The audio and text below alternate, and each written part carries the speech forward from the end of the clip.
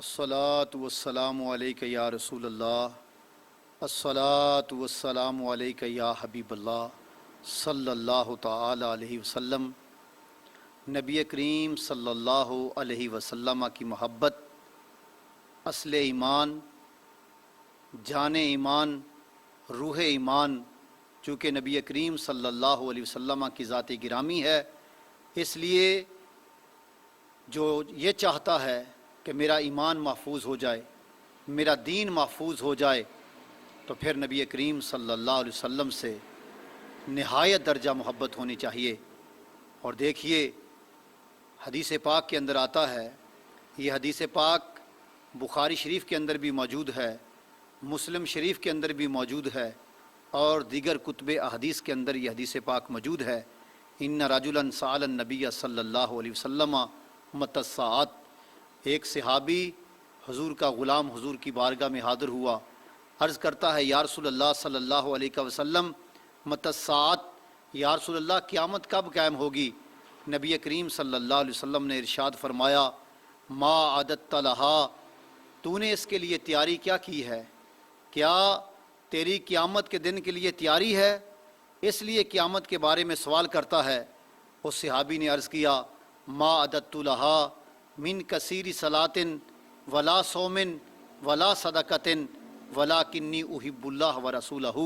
یا رسول اللہ میرے پاس زیادہ نمازیں بھی نہیں ہیں، زیادہ روزے بھی نہیں ہیں، صدقات و خیرات بھی نہیں ہیں، لیکن ولکنی احب اللہ ورسولہ، میرے دل کے اندر اللہ کی بھی محبت ہے، رسول اللہ کی محبت ہے۔ حضور نے یہ نہیں ارشاد فرمایا خبردار تو اس وقت تک جنت میں نہیں داخل ہو سکتا، اس وقت تک تیری بخشش کا کوئی ذریعہ نہیں ہے جب تک تیرے پاس نوافل صدقات و خیرات کی زیادہ کثیر تعداد جمع نہ ہوگی۔ نہیں، بلکہ نبی کریم صلی اللہ علیہ وسلم نے ارشاد فرمایا قال انت ما من احببتا، فرمایا اے میرے غلام پریشان ہونے کی ضرورت نہیں، قیامت کے دن تو میرے ساتھ ہوگا۔ اور دیکھیے اس سے پتہ یہ چلتا ہے نبی کریم صلی اللہ علیہ وسلم نے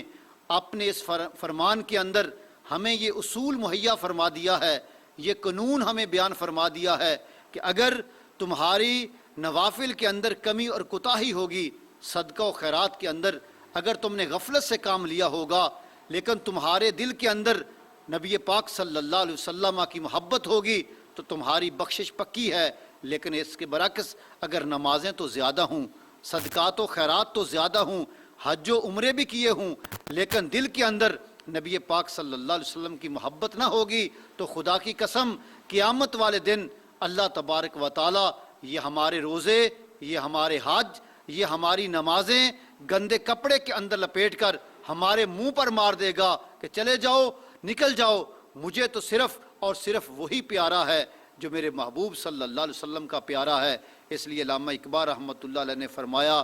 با مصطفیٰ برساں خیشرا کہ دی ہم اوست اگر باؤن رسیدی تمام بولہبی وما علیہ الا البلاغ المبین۔